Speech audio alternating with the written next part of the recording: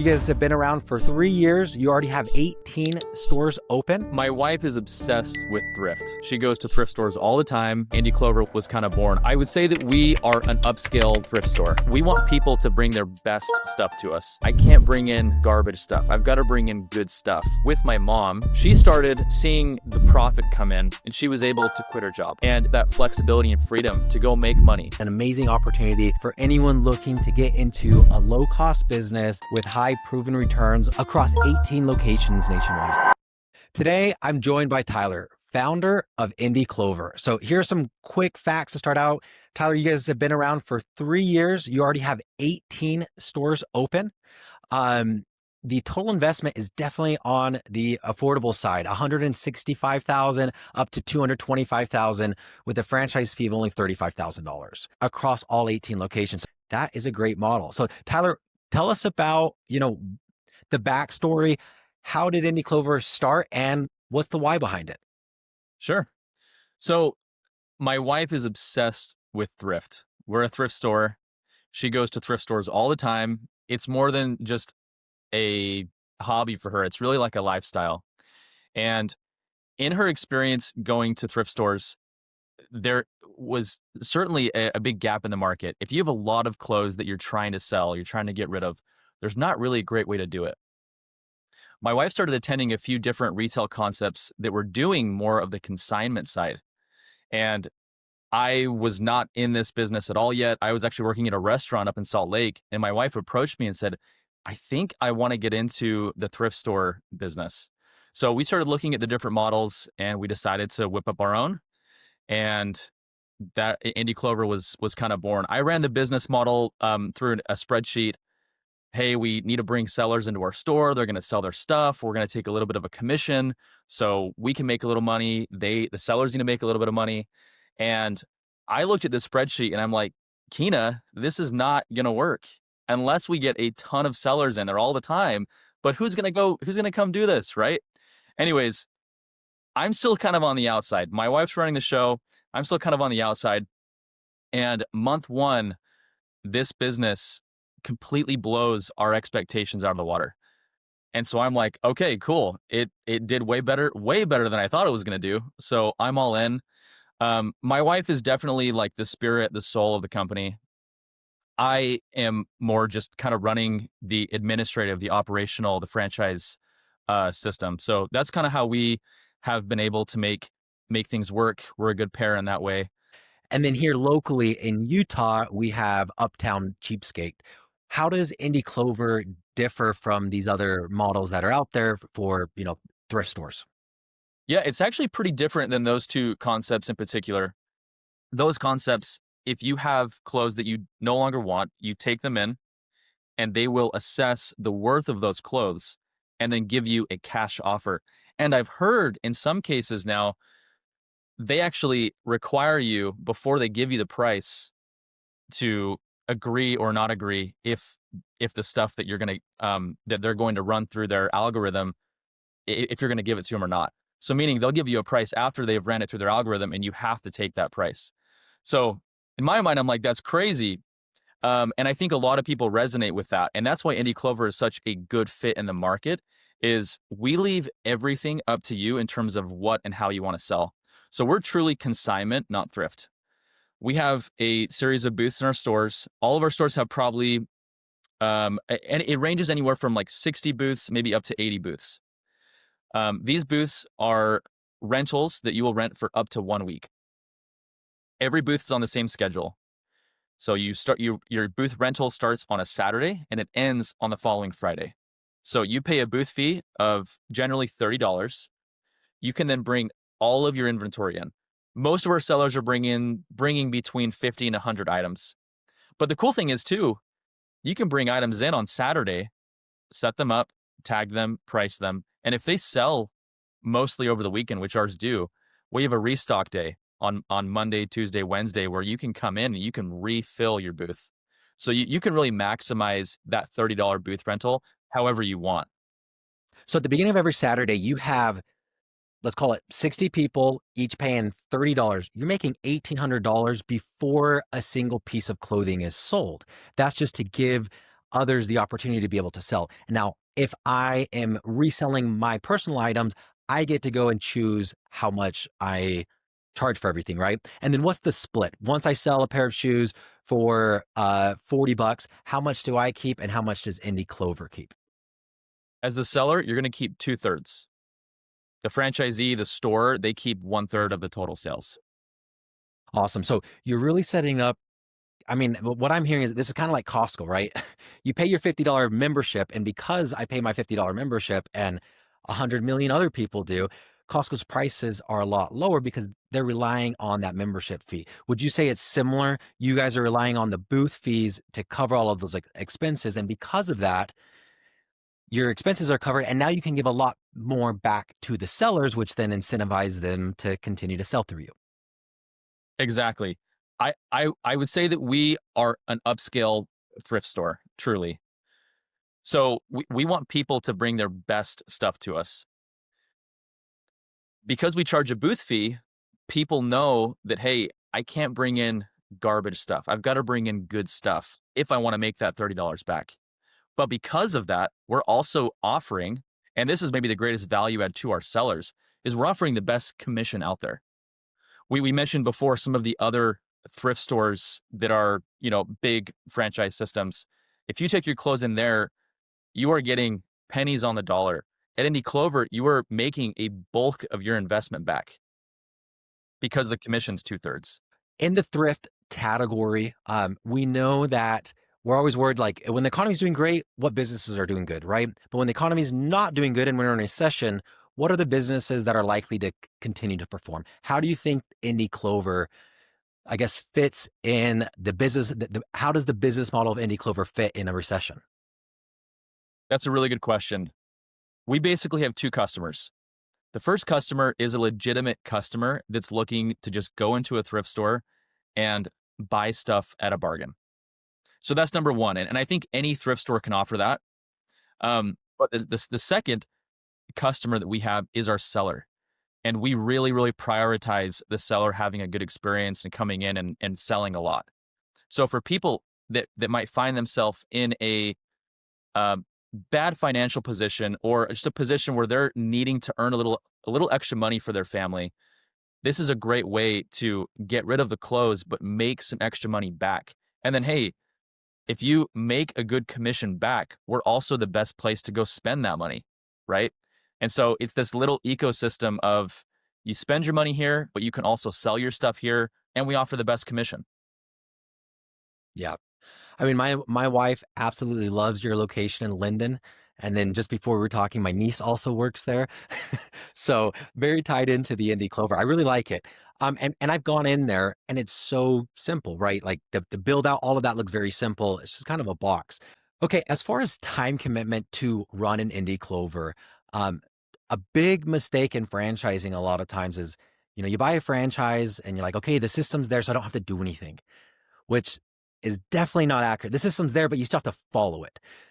So talk to me about that. I know the best way to jump in any business is to jump in at full time, 6 to 12 months to really learn the inside and out.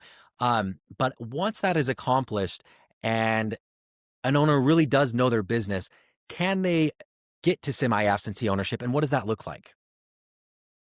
I think you bring up a really good topic, a conversation that I have with prospective franchisees all the time. And that is, yeah, can I get in and have it be passive right away?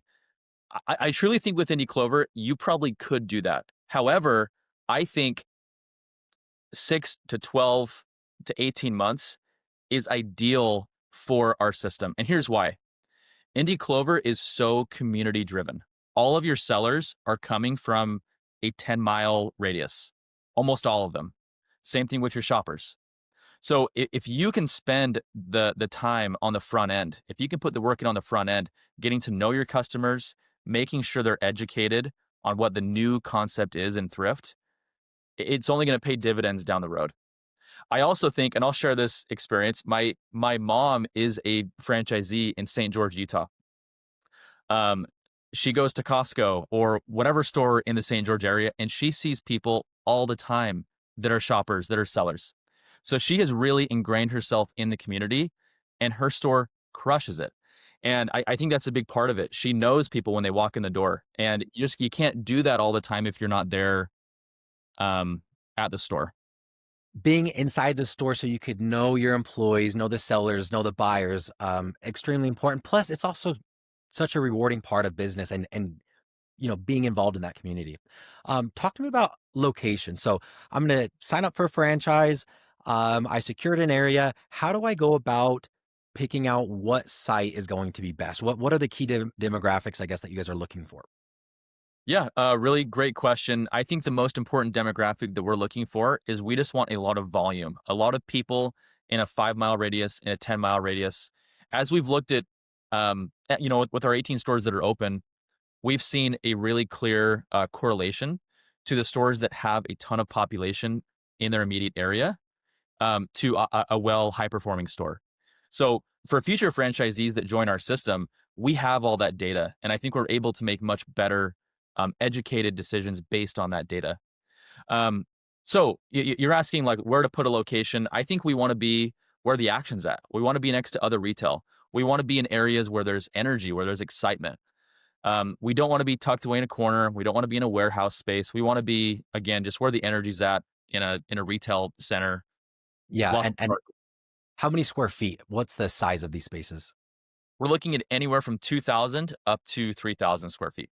Okay. So as far as the site selection process goes, you guys have all of the criteria, exactly what I'm looking for, the population density, what I need within 5 miles, within 10 miles. Um, so I go ahead, work with the realtor, secure the spot. As far as funding goes, the FDD says 165 to 225 as far as the opening cost. So let's just say it's going to cost me 200,000. Um, Tell me if this is a good scenario. I have 100,000 cash. I'm going to use 50,000 down on a loan. I'm going to get an additional $150,000 loan. So that 200,000 all in gets my business open, construction, franchise fees, everything paid. And it leaves me with 50K cash for operational expenses going forward. Is there anything that you would add to, a financial strategy as far as how to fund an Indy Clover? No, I mean, I think you hit it on the head. Um, I certainly wouldn't go into this opportunity with less than that 200,000. Although you might get into your store for less than that, it's probably going to be a good idea to have a little extra cash to put into marketing, to kind of build out your store and build out your market. But honestly, our build outs are so simple. We're looking at spaces that are always, I don't think we've ever entered a brand new space. We're always entering second gen spaces. There's been a store there before. We go in, we bring it to an empty box. We call that vanilla shell. And then our corporate team will come in and help draw a layout. So we're going to tell you where everything goes. We're going to try and optimize the space to get as many booths in there as possible. And then we present that layout to you. And then you can take that layout to a contractor locally. It really is just going to be, hey, we're fixing the floors, we're fixing the walls, getting them painted, we're adding in a few dressing rooms. And then we bring in all the other stuff with your opening order to give it that Indy Clover look and feel. So build outs are relatively inexpensive, which is great because that total allotment that you're going to spend on the opportunity, hopefully, whatever you can save with that build out can be put into marketing. So I think what you said is perfect. Awesome. Um, Talk to me about, so now that I'm building up the store and I do love the simplicity that, you're not dealing with ovens, you're not dealing with drains, you're not dealing with plumbing. It's just such a super simple build out. And you guys are doing the layout. I just need to find the contractor to actually do the work. So now my store's built out. How do I prep for my grand opening, both from a marketing standpoint and also an operational standpoint? Great question. Let me start off with the operations. So here's how the onboarding works. After we help you get onboarded and you officially become a franchisee, we're gonna partner you up with our partner in the real estate world. So we work with a boutique real estate company. They represented Plato's Closet for a long time, so they know this space really well. They also operate in every state in the country. So we'll get you connected with that team. You can go look at some real estate. They'll partner you up with someone locally. You'll do a store tour. Once you've found that real estate and you've signed a lease, we're going to set up a kickoff call with our entire corporate team. From that call, and we've kind of given you the expectation for how your next 90 to 180 days are going to I guess, flow, we'll set up weekly calls. So we'll do a weekly call from the time you get your real estate uh, center signed up until your grand opening. So you'll have support really every step of the way. You're going to get an hour of allotted time to ask questions, get feedback every single week. So that would be, I guess, the first thing in terms of operations that we're going to offer you and support we're going to offer you. The second is that every franchisee is required to come to our Linden, Utah locations, our headquarter location, to participate in Culture Week. It's a 4-day training. It's like probably 8 hours a day.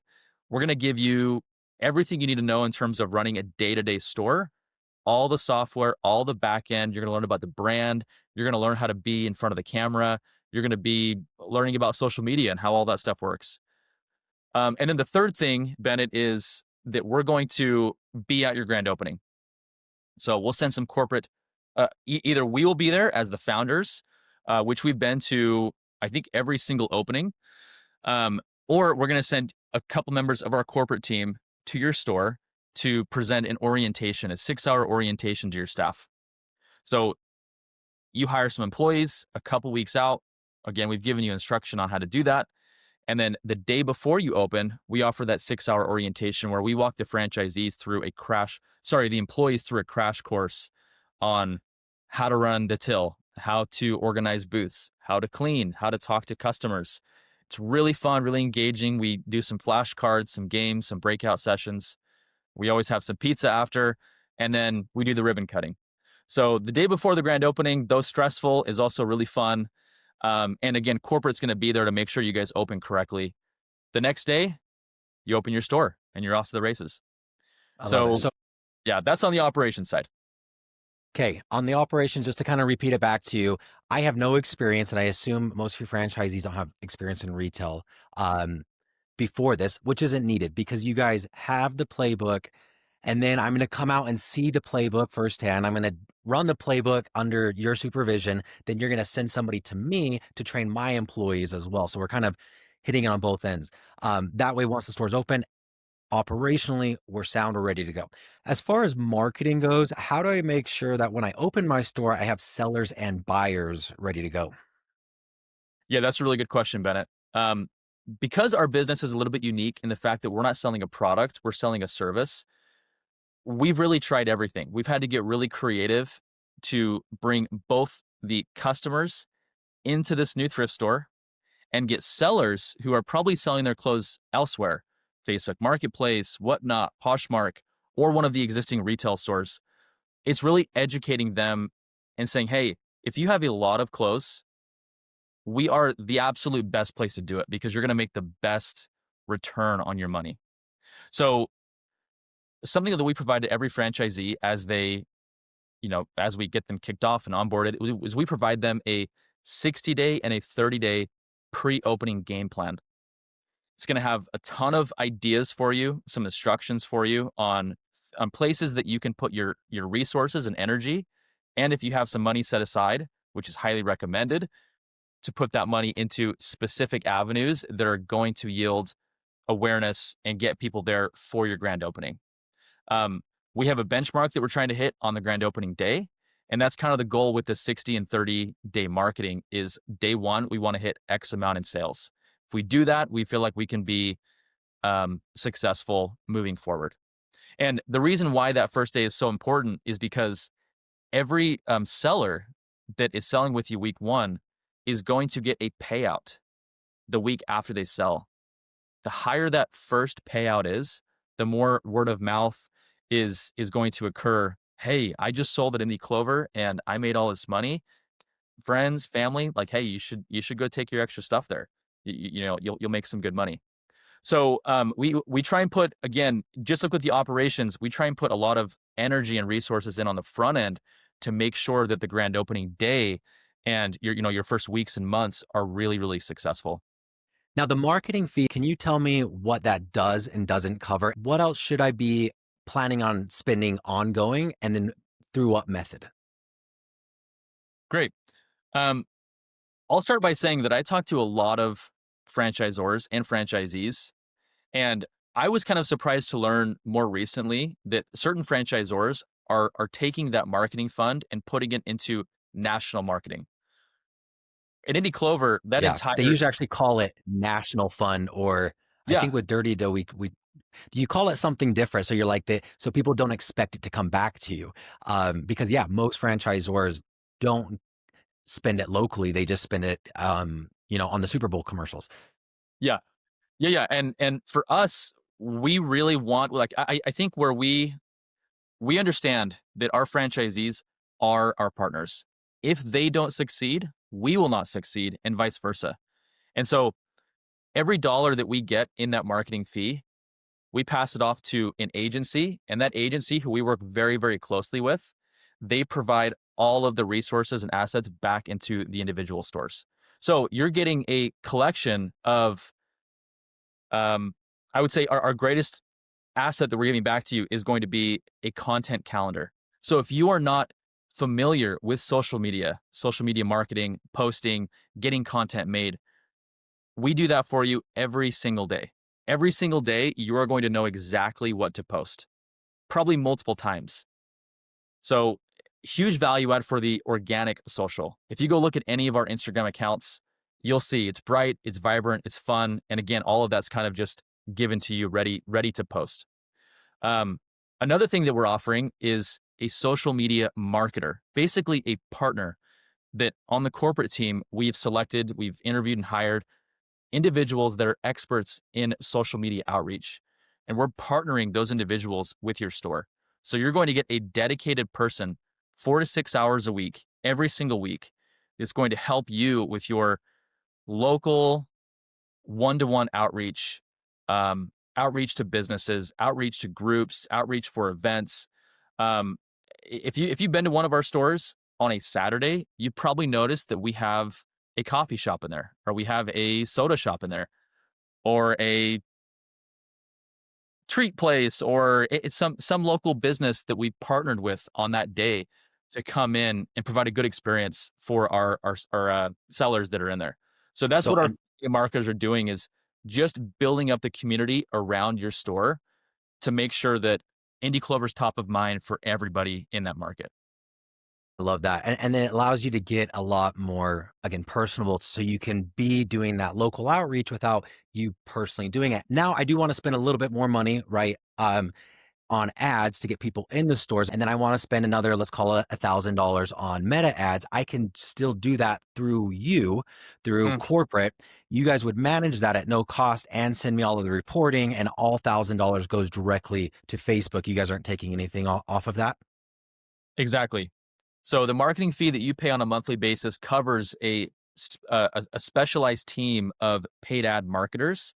We also have like an email and SMS marketing team. So we have all of that covered. If you want to put any money towards a Meta campaign, a Google campaign, if you want to run an email campaign or an SMS campaign, all of that is going to be managed by us. We have all of the assets ready for you. You don't need to go create new content or pay some videographer to come in your store. We have all of the assets made. They've been tested. We know what works. They're ready for you to use. I would also say that we're generally running two campaigns. The first campaign is a general awareness campaign. We want everyone in your market to know who Indy Clover is. We're kind of a unique concept. And so that awareness campaign is pushed out to try and just help people understand who we are and bring shoppers in. The next campaign that we offer is going to be a booth booking campaign. We want to help people that are maybe a little bit hesitant on booking a booth with Indy Clover understand that, hey, it's incredibly easy. And in fact, a lot of people that come book a booth with us, they're hauling in their kids, right? So they're bringing their kids with them on Saturday morning, and they're setting up, 100 items of, tagging their clothes, pricing it, hanging it up. But also, if you've been in there on a Saturday morning, it's magic. It's fun. It's a really good environment. I mean, you've got 50 to 70 sellers in there that are all doing the same thing you are. They're all setting up their stuff. And we like to joke at Indy Clover that, you know, um, someone right next to you that's setting up their clothes, you've already got your eyes on their stuff because you know it's going to be a good deal. And the store hasn't quite opened yet, but you might be talking to your neighbors saying, "Hey, any way I can just sneak that item, and go pay for it once the store's open. So it's a really fun environment, and we just want to encourage people that might be hesitant on selling with us versus one of the other options. No, come sell with us. One, it's fun, and two, you're going to make the best Yeah, commission. I love it. So shifting gears, if I were to interview all of the franchisees and I asked them, what is the hardest part of running Indy Clover? What do you think they would say? Really good question, and I think it probably would depend on how each store is operated. For our franchisees that are semi-absentee and they have a manager doing everything, I would say that maybe their hardest part is just navigating more marketing, more outreach, getting out there more. Um, if you are entrenched in the business, I would say for any business that's employee dominant, employee heavy, it's going to be working with your employees, making sure that your employees are trained up, making sure they know what they're doing, um, giving them the coaching and training so that they're not telling sellers that have invested their time and resources into being there, the Mhm. wrong thing or the right thing. We want to make sure they're coached and trained. We do provide all of that training, but of course, if you've dealt with employees before, I would say that's probably the hardest part. Yeah. And the good thing here, though, it is simple retail business. Like when you're hiring someone, they don't need licenses or certifications. So you can cast a much wider net to get better employees, which is nice. Now, if I ask the same question about, again, I'm interviewing all your franchisees, but I said, what's your favorite part? What's been the best thing about being an Indie Clover franchisee? What do you think they would say? Most of our franchisees are women, and I think women are probably a little bit more social than men. Certainly not in every case, but I would probably say so. And I think that's been a huge reason why Indie Clover has been as successful as it has, is because our franchisees, they're social and they're out talking to people. We have a franchisee out in Boston. She opened a location last year. I think it was winter of last year, and she opened up her second location, I think within 6 months. So, and she didn't buy two franchisees at once. She bought one, kind of tested it out, and then was like, hey, we are booked out for like 6 months. So I think we should just get a second location. So she got a second location, and 1000% her being as social as she's been, which I know she loves, has played a big part into just the success of the store. And we see on social media her interactions with the different sellers. Because we're so social media heavy, a lot of our present franchisees, they're pulled into those social media videos. And so I'll see this franchisee with sellers making a TikTok reel, which is just super fun to see. I definitely think there's such a big benefit in being so involved in your business, but also having a business that you're communicating with people on a daily basis. Um, as far as happiness studies go, the more you communicate, even if they're not super meaningful relationships, it's just conversations at the cash register, things like that. Those do increase happiness. So I definitely see that in this business as you're just involved with so many different people inside the community. And the finances are also not that bad, right? I mean, to how many businesses can you really start for under $500,000 or under $300,000? There's not that many, right? And then once you've started them, what is that return like and what is the profitability? I guess I'm just throwing that in there. I love the lifestyle, but I'm also looking at it like I would have never thought about owning a retail clothing business until I saw these numbers. I'm just like, they're better than anything else I've seen, which is awesome. Tyler, can you tell me how you've seen the franchisees' lifestyles change as they became an owner of Indy Clover? Sure. I think the strongest example I can share would would be with my own mom. And that's one thing with Indy Clover, that our first franchisees were all family. So my wife's parents, my parents, um, more in-laws, right? So we have a lot of family invested in this business too, which is super, super cool. Particularly in the case with my mom, she was a full-time teacher at a high school. She decided she wanted to do it. She invested the money, they built out the store, and the first few months she was doing both. She was still a teacher. She was trying to be in the store as much as she could. She started seeing the profit come in, and she was able to quit her job. And how cool is that? That she went from making, I don't know how much she was making, but I know it was less than half of what she's making now as a franchisee. But yet she works half as much as she was working as a teacher.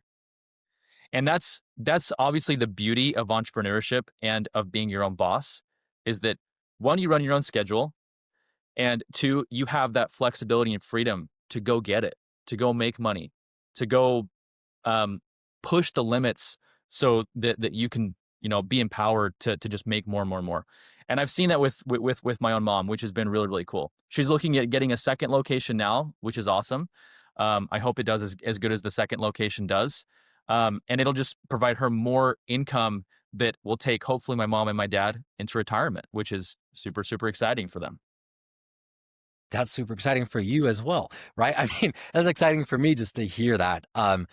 That there's so many different opportunities out there. You just have to jump, take the leap, and yeah, within a year, like your mom's story, you're working half the amount and making twice the as much.